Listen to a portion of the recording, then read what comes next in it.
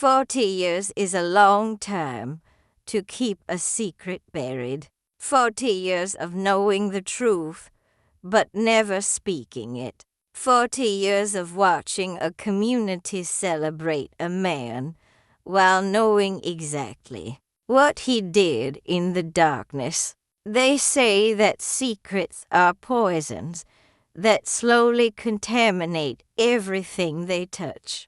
But what if keeping quiet wasn't just about protecting yourself? What if it was about protecting your children from a truth so devastating, so life-altering, that revealing it would destroy them as thoroughly as it destroyed you? I buried those love letters in the spring of 1975, the same spring my youngest daughter turned 4 years old. I buried them in a metal box beneath the magnolia tree in our backyard, and I promised myself I would never dig them up.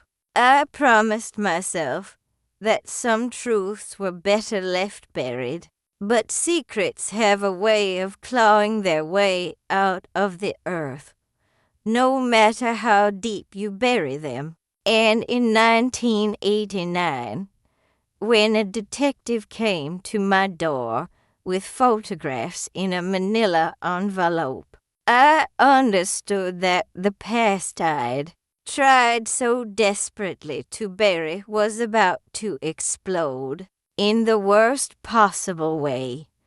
The woman I became in that moment, the woman who finally had to choose between silence and survival, was someone I didn't recognize. She was someone powerful, someone honest, someone willing to risk everything to tell the truth. And that woman, my dears, is the woman who saved my family.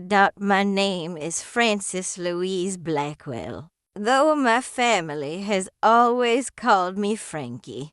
I'm 75 years old now, and this story happened in 1989, though the beginning of it goes back to 1964, when I was just a foolish young woman who fell in love with the wrong man. But before I start, my dears, please like this video, subscribe to the channel, and comment where you're watching from. I receive messages from people all over the world, and each one reminds me why I'm telling this story. Today, I'm going to tell you something I've never told anyone, something I swore I'd take to my grave. But at 75, I figure I've earned the right to finally speak the truth. Now, let me take you back to 1964, the year everything began.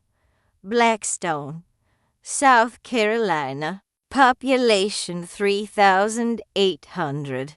A quiet town in the low country where the heat was oppressive and the humidity clung to everything like a second skin. Spanish moss hung from the oak trees. The air smelled like magnolias and red clay, and the river that wound through town. We were the kind of place where generations live their entire lives without ever leaving, where gossip spread faster than wildfire, where everyone knew everyone else's business, whether you wanted them to or not.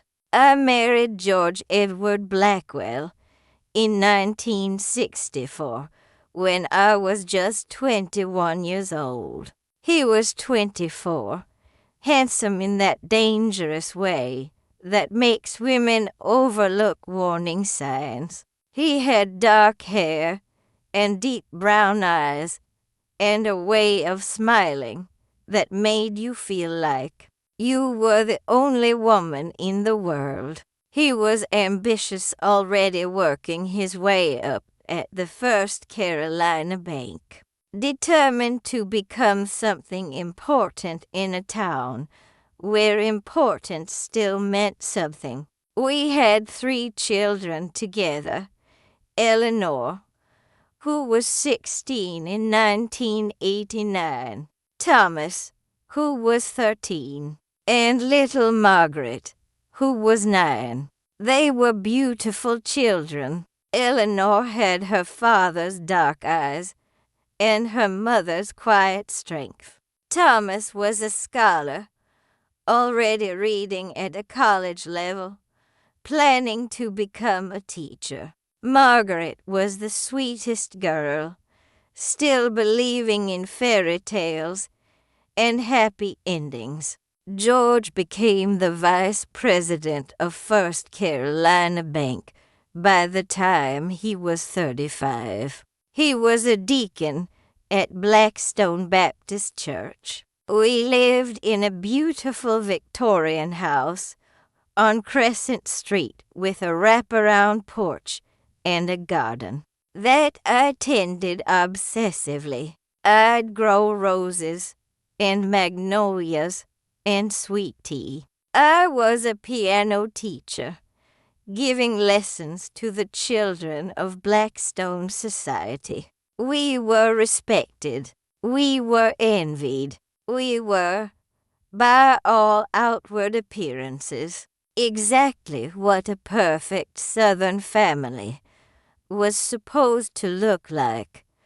But you know, my dears, that picture-perfect image is sometimes just paint covering rot. That beautiful house, it was a stage. That respected marriage, it was a performance. And that man everyone admired, he was a lie wearing a human face. The first strange thing I noticed happened about 3 years into our marriage, though at the time I was too young and too in love to understand what it meant. George developed an intense friendship with a young man named Samuel Crane, who worked at the bank. Samuel was handsome in a different way than George, softer, more artistic. He'd come over for dinner, and George would become animated in a way he rarely did around me. They'd laugh together. They'd sit close together. When they looked at each other, there was something in their eyes that I couldn't quite name. But I was naive, my dears. I didn't have the language for what I was sensing. So I told myself I was imagining things. I told myself that George was just being friendly to a colleague. I told myself that I was being paranoid and jealous. Then Samuel got married to a woman named Judith. And suddenly George became moody and withdrawn. He'd snap at me for no reason. He'd drink whiskey in the evenings until late in the night. He'd lock himself in his study, and I'd hear him crying, actually crying through the walls. "What's wrong?" I'd ask him gently. "Did something happen at work?" "Nothing's wrong," he'd say coldly. "Leave me alone, Frankie." But something was deeply, profoundly wrong. I just didn't know what. Then came the money problems. George would come home stressed, muttering about discrepancies at the bank and numbers that didn't add up. I'd find bills addressed to him at a P.O. box I didn't know he had. When I'd ask him about it, he'd become angry. "It's just investments," he'd snap. "Don't ask me questions about things you don't understand." There were also the trips. George would say he had banking conferences in Atlanta or Charleston, and he'd be gone for entire weekends. He'd come back looking rested in a way that concerned me, looking like someone who'd been living another life. And then there was the thing with the rose garden. I discovered that someone had been using my garden specifically, the area beneath the magnolia tree, to meet someone. There were cigarette butts I didn't recognize. There were scratches in the soil like someone had been digging. Once, I found a piece of torn fabric, pale blue, caught on a branch of the magnolia tree. But I was so invested in the illusion of my marriage that I refused to see what was written front of me. Little did I know that the man I was married to was using my garden, the playside. Always found peace as his secret meeting place with another man. I found the love letters on an afternoon in April 1975. I was gardening beneath the magnolia tree, weeding the soil, when I noticed something metallic half buried in the dirt. At first, I thought it was something George had lost. I dug it up carefully. It was a small metal box, the kind you'd buy at a hardware store for storing important documents. And inside, wrapped in ribbon, were letters, dozens of them.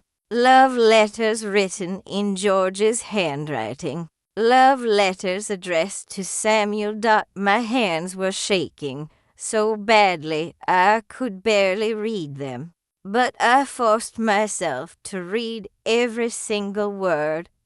My dearest Samuel, one began, I cannot bear another day of this pretense. I am suffocating in this marriage. I am dying every moment I spend being someone I'm not. Your love is the only real thing in my life. Please tell me we can find a way to be together.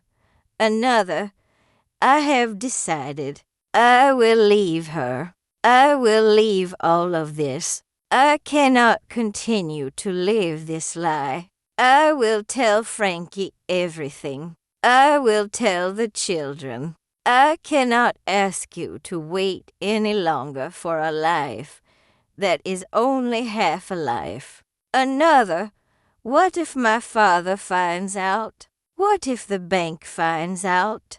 I would be ruined. Everything would be destroyed. But what is the alternative?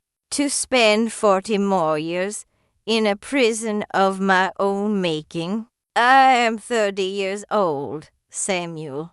I have my whole life ahead of me. I don't want to waste it pretending to be someone I'm not. I sat beneath that magnolia tree, and I cried. Not just cried, I wept. Great, heaving sobs that came from somewhere deep inside me, from a place I didn't know existed. When I finally managed to compose myself, I made a decision that would affect everything that came after. A decision that would shape my entire family's future. I buried those letters back in the ground beneath the magnolia tree. I put them back in the metal box. I covered it with dirt, and I made a promise to myself.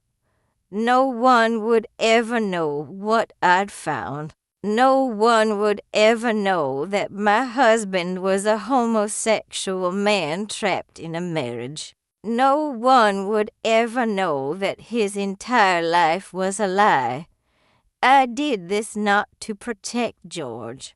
I did this to protect my children. Eleanor was 11. Thomas was 8. Margaret was 4. If this came out, they would be destroyed. They would be mocked.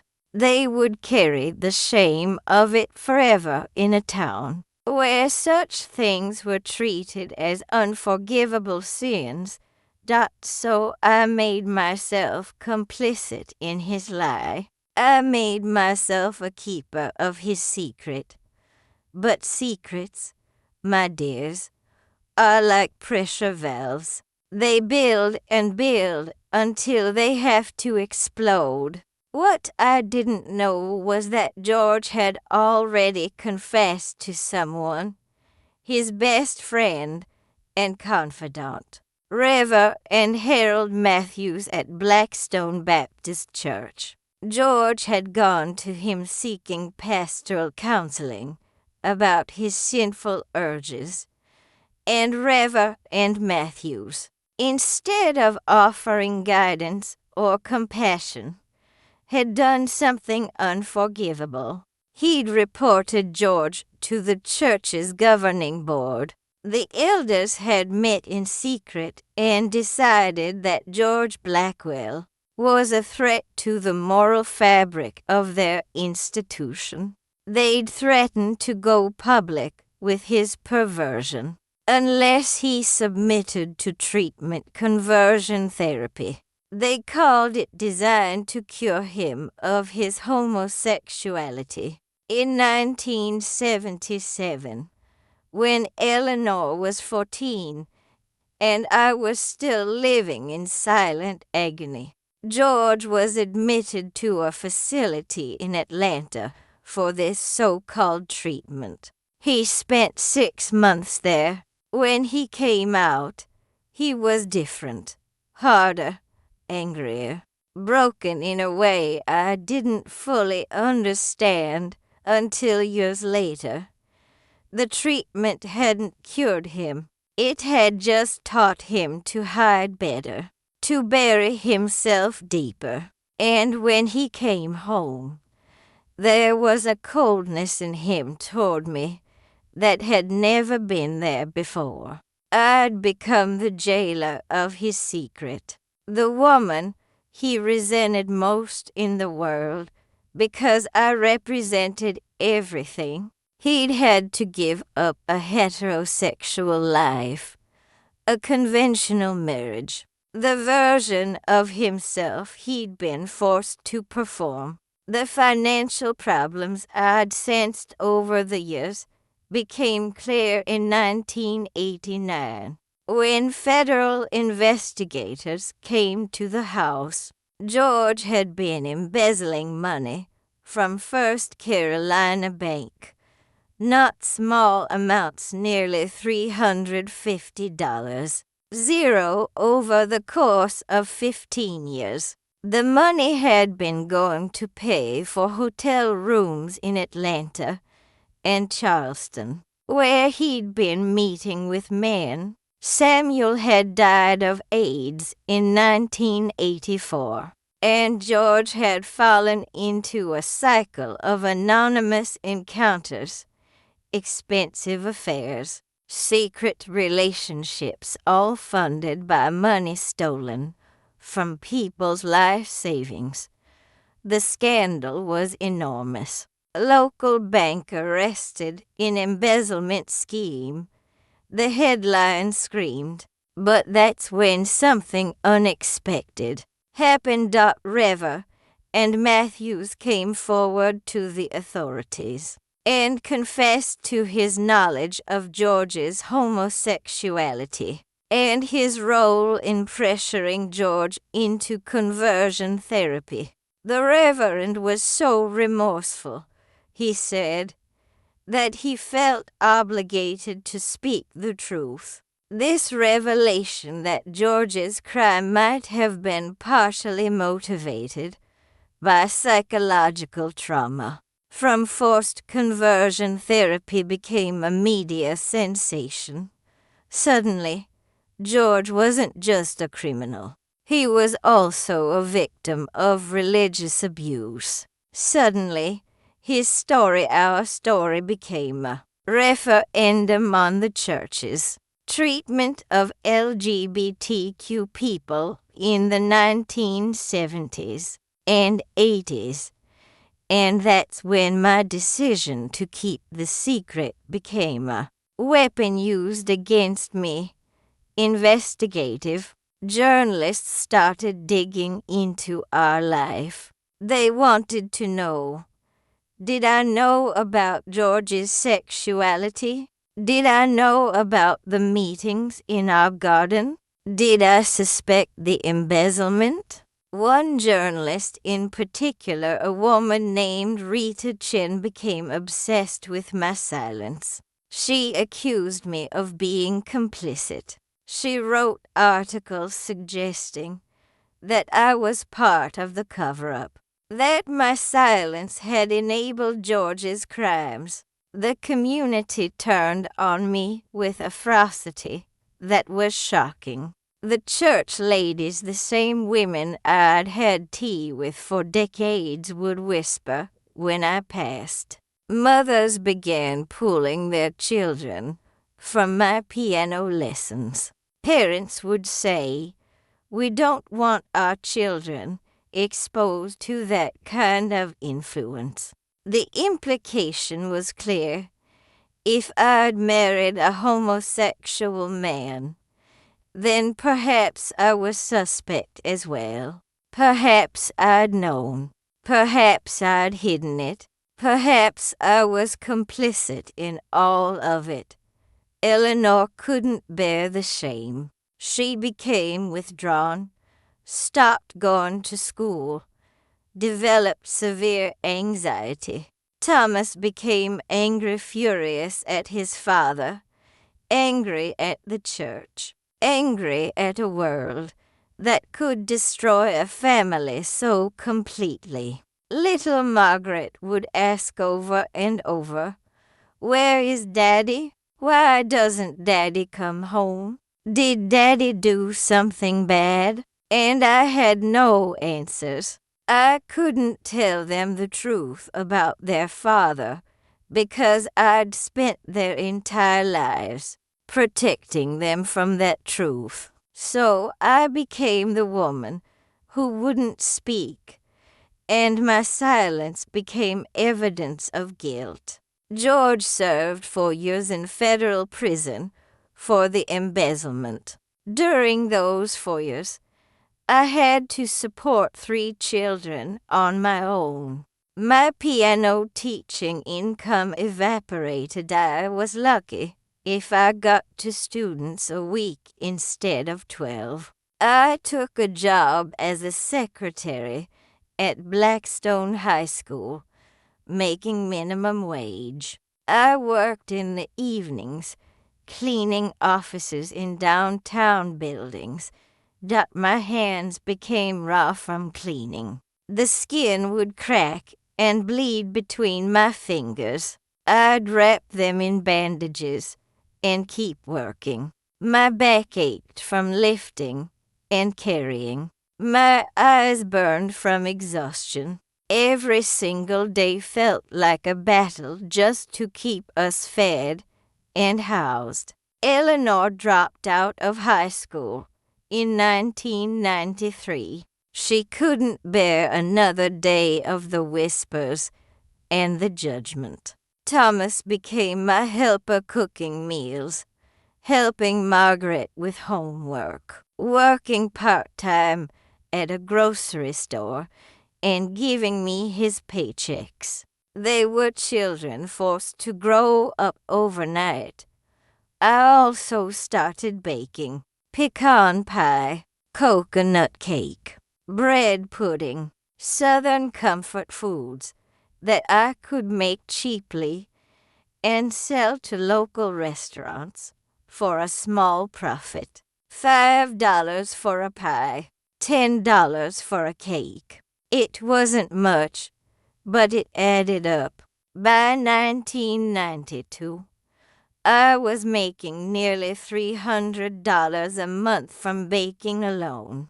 Then I made a decision that changed everything. I decided to tell the truth. In 1993, I contacted Rita Chin, the journalist who'd been so critical of my silence. I told her that I was ready to tell my story, and I told her everything. I told her about finding the love letters beneath the magnolia tree. I told her about George's struggle with his identity. I told her about the conversion therapy and the religious trauma that had preceded the embezzlement. I told her about the decision I'd made to keep his secret to protect my children. Rita's resulting article was titled, "The Cost of Silence: One Woman's Journey Through Her Husband's Hidden Life." The response was overwhelming. Suddenly, I wasn't the complicit wife anymore. I was a woman who'd tried to protect her family in the only way she knew how. I was a woman who'd sacrificed her own reputation for her children's well-being. I was sympathetic. I was tragic. I was tragic in a way that made people want to help me. The article went national. It was featured in magazines and newspapers across the country. And with that national attention came something I hadn't expected: financial support. Churches across the country sent donations. Strangers sent money. A local businesswoman named Angela Monroe, who'd read the article, approached me and offered to finance an expansion of my baking business in exchange for a partnership. The turning point came in September 1993, when Angela Monroe stood up at a community town hall meeting about the church's handling of LGBTQ issues. She was an elderly woman in her late 70s who'd been a prominent member of Blackstone Society for decades. Her opinion mattered. "I've known Frankie Blackwell for the past 30 years, Angela said. "I've watched her be treated with contempt by this community. I've watched her sacrifice everything for her children. And I'm here to tell you that Frankie Blackwell is one of the strongest, most honorable women I've ever known. She deserves our respect, not our judgment." She then announced that she was investing in Francie's bakery and that she was taking a personal interest in ensuring that the business succeeded. With Angela's support and investment, everything changed. Within months, I had a commercial kitchen space. I had employees helping me. By 1994, I had my own storefront, Francie's Pecan Pie and Cafe.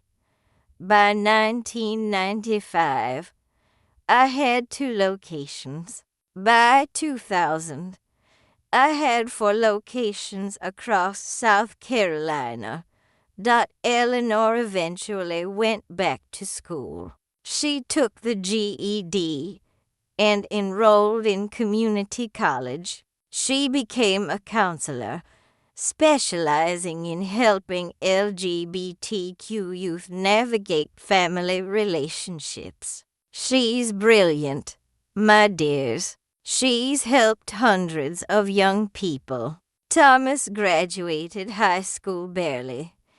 After missing so much school land, went to community college. He became a social worker. He works with foster children now, helping them find stable homes and supportive families. Margaret graduated from high school on time, determined to prove that she wouldn't be defined by her father's mistakes. She went to Clemson University and became a teacher, just like she'd always dreamed. She's now a professor, teaching her students about resilience and second chances. The grandchildren started arriving in the late 1990s. Eleanor's two daughters, Thomas's son and daughter, Margaret's daughter and son. I held each of them, and I marveled at how far we'd come by 2005. Francis Pecan Pie and Cafe had 8 locations across South Carolina and Georgia. I employed over 150 people. I was invited to speak at conferences about business resilience and survival. I received the South Carolina Businesswoman of the Year award in 2003. George was released from prison in 1997. He moved to Charleston with a partner named Michael, a man he'd met in prison. I heard through the grapevine that they built a quiet life together. George died in 2011, and I cried when I heard the news, not because I still loved him, but because he was finally free, finally able to live as his authentic self, even if only in those last years. Looking back now, at 75 years old, I understand that I made the right decision.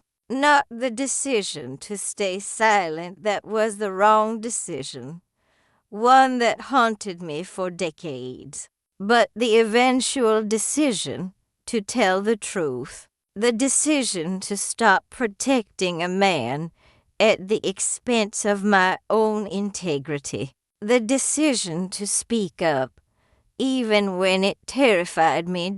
You know, my dears, I spent 15 years keeping George's secret, 15 years of knowing the truth and letting people believe a lie, 15 years of being complicit in his suffering and my own. I thought I was protecting my children by keeping quiet. What I didn't understand was that silence was also a form of damage. It taught them that truth didn't matter. It taught them that appearances were more important than authenticity. It taught them to live in fear and shame. But when I finally spoke, when I finally told the truth, I set us all free. Not just from George's lie, but from the lie I'd been living as well. I stopped being a keeper of secrets and became a keeper of truth. And that, my dears, is what saved my family. I also learned something about compassion. George was a flawed man who did terrible things, but he was also a man trapped in a system that didn't allow him to be himself. He was a victim of religious trauma and societal shame. Understanding that didn't excuse his crimes, but it helped me understand how good people can do bad things when they're suffocating under the weight of expectation and shame. I buried my love letters in the garden to protect my family, but eventually I dug them back up. I dusted them off. I acknowledged what they represented, and in doing so, I finally became honest. That's what I want you to know, my dears. Whatever secrets you're keeping, Whatever truths you're burying, they're poisoning your life. They're poisoning your relationships. They're teaching your children that silence is acceptable. Don't live as I did for 15 years. Don't wait as long as I did to tell the truth. The truth will cost you something, but it will also set you free. The woman beneath the magnolia tree, holding those love letters with shaking hands, didn't know what to do. She was frightened. She was hurt. She was betrayed. But she made the choice to protect a lie. Don't make that choice. Make the choice to protect yourself. Make the choice to speak truth.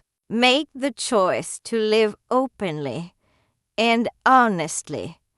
That's where real strength comes from, my dears. Not from keeping secrets, from having the courage to tell them.